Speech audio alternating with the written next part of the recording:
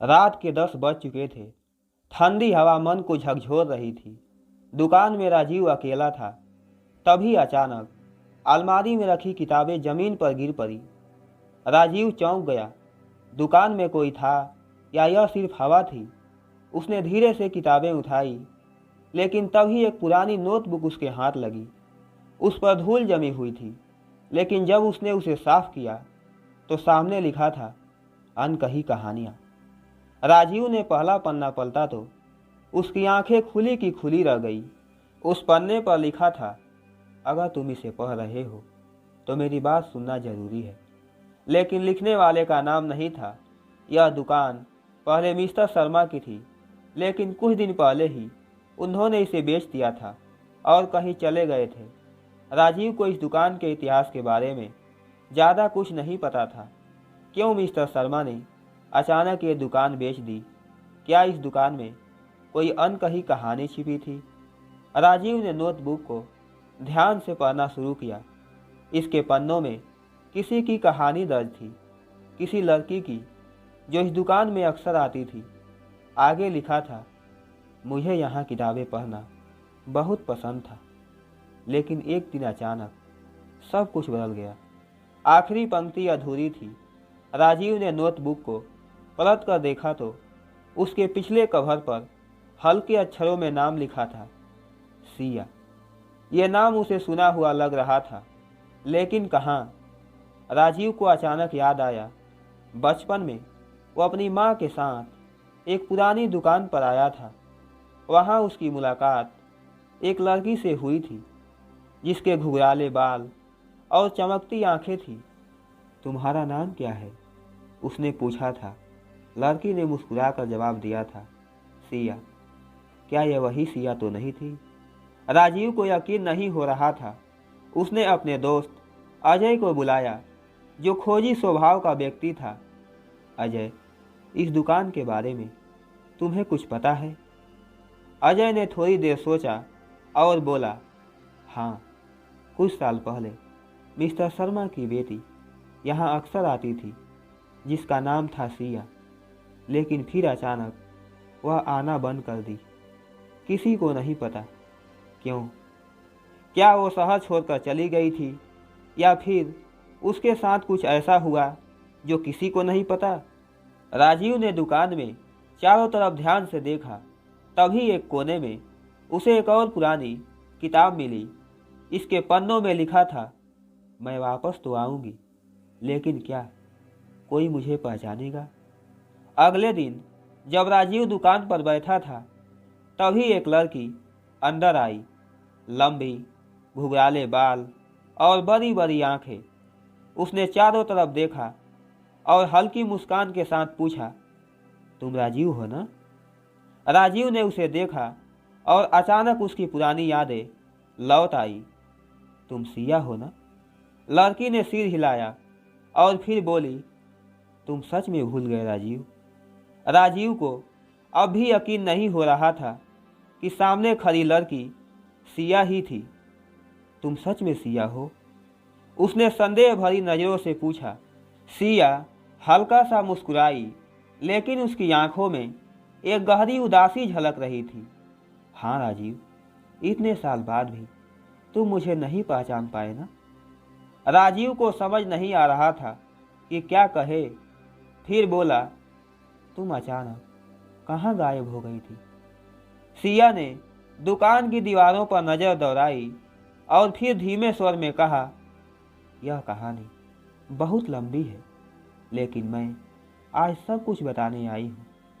राजीव और सिया बैठकर बातें करने लगे। जब हम बच्चे थे तो हम इस दुकान में बहुत आते थे, याद है? सिया ने पूछा।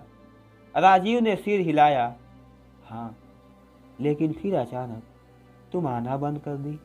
सिया की आंखों में आंसू आ गए।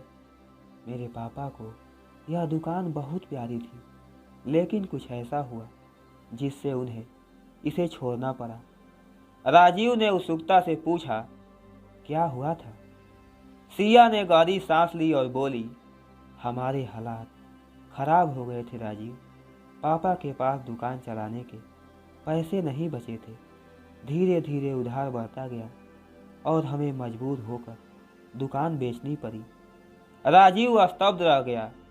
लेकिन तुम्हारे पापा ने कभी उधार तो नहीं लिया था, फिर यह सब कैसे हुआ?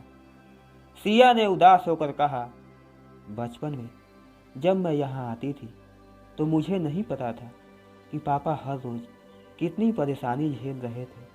लेकिन जब बड़ी हुई तब समझ आया कि व्यापार में उतार चढ़ाव भी होता है और हमारे लिए ये सबसे कठिन समय था। क्या तुम्हारे पापा ने किसी से मदद नहीं मांगी? सिया ने धीरे से कहा, पापा स्वाभिमानी थे, उन्होंने कभी किसी के आगे हाथ नहीं फैलाया। तो फिर उन्होंने ये फैसला कैसे लिया? सिया ने जवाब दिया, जब कोई रास्ता नहीं बचा तब उन्होंने ये कदम उठाया, लेकिन उनके लिए बहुत कठिन था। राजीव को विश्वास नहीं हो रहा था कि जिस दुकान को वो हमेशा सफल मानता था वहाँ इतनी समस्याएं थी। सिया ने आगे कहा, पापा ने मुझे कभी नहीं बताया वे कितने तनाव में थे, लेकिन धीरे धीरे उनकी सेहत बिगड़ने लगी, दुकान पर ग्राहक कम होने लगे और एक दिन उन्होंने कहा कि अब वो इसे नहीं चला सकते। राजीव ने महसूस किया कि सिया के शब्दों में गहरा दर्द छिपा था। क्या तुम्हारे पापा अभी ठीक हैं? सिया की आंखों में आंसू आ गए। हाँ, ठीक तो हैं, लेकिन बहुत कमज़ोर हो गए हैं। दुकान छोड़ने के बाद बहुत अकेले हो गए थे। राजीव ने सोचा, क्या इस दुकान को फिर से शुरू किया जा सकता है? और फिर उसने सिया से पूछा, अगर तुम्हें फिर से मौका मिले तो क्या तुम इस दुकान को वापस चलाना चाहोगी? सिया चौंक गई। मुझे नहीं पता राजीव, पापा ने इसे अपने खून पसीने से बनाया था। मैं नहीं जानती कि मैं उनके जैसा बन पाऊंगी या नहीं, लेकिन अगर यह दुकान वापस तुम्हारे पास आ जाए तो क्या तुम इसे चलाने की कोशिश करोगी? सिया ने सोचा और धीरे से कहा, शायद हाँ। राजीव ने कहा, तो हमें यह करना चाहिए। तुम्हारे पापा की मेहनत को बेकार नहीं जाने देना चाहिए। सिया की आंखों में पहली बार उम्मीद की झलक दिखी। लेकिन यह इतना आसान नहीं होगा राजीव, हम कोशिश तो कर सकते हैं सिया। फिर राजीव और सिया ने मिलकर ये तय किया कि वे इस दुकान को दोबारा शुरू करने की कोशिश करेंगे। यह सिर्फ एक दुकान नहीं थी, बल्कि एक सपना था जो अधूरा रह गया था। सिया की आंखों में उम्मीद की हल्की चमक थी, लेकिन संदेह भी था। राजीव, क्या ये मुमकिन है? क्या हम सच में इस दुकान को फिर से चला सकते हैं? राजीव ने आत्मविश्वास के साथ कहा, अगर हम सच में कोशिश करें तो सब कुछ मुमकिन है, लेकिन पहले हमें यह पता करना होगा कि दुकान को फिर से शुरू करने के लिए हमें क्या क्या जरूरी होगा। सिया ने दुकान के चारों ओर देखा। जगह जगह धूल जमी हुई थी, कई रैक खाली पड़े थे और गल्ले के पास रखा पुराना रजिस्टर अब भी वहीं था जहां उसके पापा ने आखिरी बार इसे रखा था। यह दुकान मेरे पापा की जान थी राजीव, लेकिन उन्होंने कभी नहीं सोचा था कि उन्हें इसे छोड़ना पड़ेगा। राजीव ने गहरी सांस ली। हम उनके अधूरे सपने को पूरा करेंगे सिया। यह सिर्फ दुकान नहीं है, यह तुम्हारे पापा की पहचान है। राजीव और सिया ने मिलकर दुकान की सफाई की, फिर पुरानी किताबों को सजाया, धूल झाड़कर काउंटर को चमकाया और शटर के बाहर लगी पुरानी नेम प्लेट को साफ किया। क्या हमें दुकान के नाम में कोई बदलाव करना चाहिए? सिया ने पूछा। राजीव मुस्कुराया। तुम्हारे पापा ने इसे शर्मा बुक सेंटर नाम दिया था, है ना? सिया ने सिर हिलाया। तो इसे रहने दो, यह नाम उनकी मेहनत की पहचान है। लेकिन दुकान की हालत सुधारने के लिए सिर्फ सफाई ही काफ़ी नहीं थी, हमें कुछ पैसे लगाने होंगे। राजीव ने कहा, नई किताबें खरीदनी होगी, पुरानी मरम्मत करनी होगी और शायद कुछ प्रमोशन भी करना पड़ेगा। सिया थोड़ी चिंतित दिखी। लेकिन मेरे पास ज़्यादा पैसे नहीं हैं राजीव। राजीव बोला, हम कोई तरीका निकालेंगे।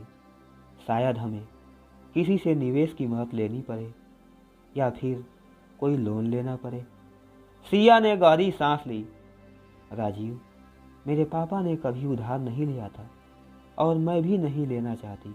राजीव समझ गया कि सिया के लिए यह सिर्फ दुकान का सवाल नहीं था, ये उसके पापा के वसूलों की बात थी। तो हमें खुद ही कुछ करना होगा। राजीव ने कहा, शायद हम कुछ पुरानी किताबें बेचकर शुरुआत कर सकते हैं। सिया ने दुकान के पिछले हिस्से में रखे कुछ पुराने कलेक्शन को देखा। हाँ, मेरे पापा के पास कुछ दुर्लभ किताबें थीं। शायद वे अच्छा पैसा ला सकती हैं। अगले दिन सिया और राजीव ने कुछ पुरानी दुर्लभ किताबों को ऑनलाइन बेचने का फैसला किया। ये हमारी पहली कमाई होगी, सिया ने कहा। और कुछ ही दिनों में उन्हें अच्छी कमाई हो गई और उनकी उम्मीदें बढ़ने लगी। अगर हम थोड़ा थोड़ा करके पैसा इकट्ठा करें तो शायद हम दुकान को धीरे धीरे वापस खड़ा कर सकते हैं, राजीव ने कहा। लेकिन ये आसान नहीं था। दुकान के मालिक जिन्होंने ये जगह खरीदी थी, उन्हें यह देखकर हैरानी हुई कि सिया और राजीव इसे फिर से चलाने की कोशिश कर रहे हैं। तुम लोग ये दुकान फिर से खोलना चाहते हो? उन्होंने पूछा। हाँ, सिया ने आत्मविश्वास से कहा। फिर मालिक बोले, लेकिन यह आसान नहीं होगा। बाजार में अब बड़ी बड़ी बुक स्टोर्स हैं, ऑनलाइन बिक्री भी बहुत ज़्यादा बढ़ गई है। तुम कैसे मुकाबला करोगे? सिया ने एक पल सोचा, फिर कहा, मेरे पापा ने यह दुकान इसलिए नहीं चलाई थी कि वह बड़ी हो, बल्कि इसलिए कि यहाँ हर कोई अपने मनपसंद किताबें ढूंढ सके। हम इसे एक ऐसी जगह बनाएंगे जहाँ लोग सिर्फ किताबें खरीदने नहीं बल्कि पढ़ने भी आ सकें, राजीव ने सुझाव दिया। हम इस जगह को सिर्फ बुक स्टोर नहीं बल्कि एक रीडिंग कैफ़े बना सकते हैं। Reading cafe? सिया चौंक गई। हाँ, हम किताबों के साथ साथ एक छोटा सा कोना बना सकते हैं जहाँ लोग बैठकर आराम से पढ़ सकें। कुछ कॉफ़ी या चाय का इंतजाम भी कर सकते हैं। सिया को यह विचार पसंद आया। अगर हम कुछ नया करेंगे तो लोग ज़रूर आएंगे, सिया ने कहा।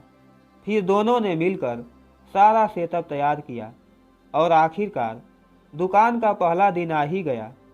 क्या तुम तैयार हो? राजीव ने सिया से पूछा। सिया ने गहरी सांस ली। हाँ, यह सिर्फ एक दुकान नहीं है, यह मेरे पापा का सपना है। फिर दुकान का शटर उठाया गया और पहले ही घंटे में कुछ ग्राहक आने लगे और कुछ दिन बाद दुकान के पुराने ग्राहक भी धीरे धीरे वापस आने लगे। यहाँ की किताबें और माहौल हमेशा अलग रहा है, एक पुराने ग्राहक ने कहा। मैं चाहता हूँ कि यह दुकान फिर से वैसे ही चले जैसे पहले चलती थी। यह बात सुनकर सिया की आंखों में चमक आ गई। हम इसे पहले से भी बेहतर बनाएंगे, सिया ने मुस्कुराते हुए कहा। सिया और राजीव ने एक नई शुरुआत की थी, लेकिन आगे की राह अब भी आसान नहीं थी। हमें इसे और आगे बढ़ाना होगा, सिया ने कहा। हम जरूर करेंगे, राजीव ने मुस्कुराते हुए कहा। लेकिन क्या उनका सपना पूरा हो पाएगा? क्या वे इस दुकान को सफल बना पाएंगे या फिर उन्हें और भी मुश्किलों का सामना करना पड़ेगा? आइए आगे देखते हैं। शुरुआत के कुछ दिन उम्मीद से बेहतर थे। ग्राहक आने लगे थे, लोग उनकी किताबों में दिलचस्पी दिखाने लगे। लेकिन फिर वही हुआ जिसका डर था। बड़ी बुक स्टोर्स और ऑनलाइन बिक्री ने उनकी राह में मुश्किलें खड़ी कर दी। सिया, हमारी बिक्री धीरे धीरे कम हो रही है, राजीव ने चिंता जताई। सिया जानती थी यह आसान नहीं होगा, लेकिन उसने हार मानने से इनकार कर दिया। हमें कुछ अलग करना होगा, कुछ ऐसा जो लोगों को सिर्फ किताबें खरीदने नहीं बल्कि यहाँ आने के लिए भी प्रेरित करे, सिया ने कहा। राजीव और सिया ने मिलकर एक अनोखी योजना बनाई। हम हर हफ्ते एक बुक क्लब का आयोजन करेंगे। सिया ने कहा। Book club? राजीव ने हैरानी से पूछा। हाँ, लोग यहाँ आकर अपनी पसंदीदा किताबों के बारे में चर्चा कर सकते हैं, नई किताबें खोज सकते हैं और पढ़ने का आनंद ले सकते हैं। सिया ने उत्साह से कहा, यह एक अच्छी योजना हो सकती है। राजीव ने सहमति जताई। फिर पहली बुक क्लब का आयोजन किया गया। सिर्फ 5 लोग आए, लेकिन सिया को खुशी थी कि किसी ने इसमें दिलचस्पी तो ली। छोटी शुरुआत ही बड़ी सफलता की ओर पहला कदम होती है। सिया ने मुस्कुराते हुए कहा। धीरे धीरे पुरानी यादें लौटने लगी। मैंने अपने बचपन की कई किताबें यहीं से खरीदी थी। एक बुजुर्ग ग्राहक ने कहा। अब यह जगह और भी खास लग रही है। एक युवा पाठक ने जोड़ा। प्रतियोगिता बढ़ रही थी, लेकिन मुश्किलें अभी भी बनी हुई थी। एक बड़ी बुक स्टोर्स ने उसी इलाके में भारी छूट के साथ एक नई शाखा खोली। अब क्या होगा? राजीव ने चिंतित होकर कहा। हम छूट नहीं, बल्कि अनुभव बेच रहे हैं। सिया ने आत्मविश्वास से कहा। अब ये दुकान काफ़ी मशहूर हो चुकी थी। फिर एक दिन जब दुकान में सब कुछ अच्छे से चल रहा था, तभी एक जानी पहचानी सी आवाज़ आई। क्या ये वही दुकान है जो मैंने कभी चलाई थी? सिया ने चौंक कर दरवाजे की ओर देखा। वहाँ उसके पिता खड़े थे। उनकी आंखें गर्व और भावनाओं से प्रफुल्लित हो रही थी। मेरे प्यारे दोस्तों, ये कहानी आपको कैसी लगी? आप अपनी राय कमेंट बॉक्स में दे सकते हैं।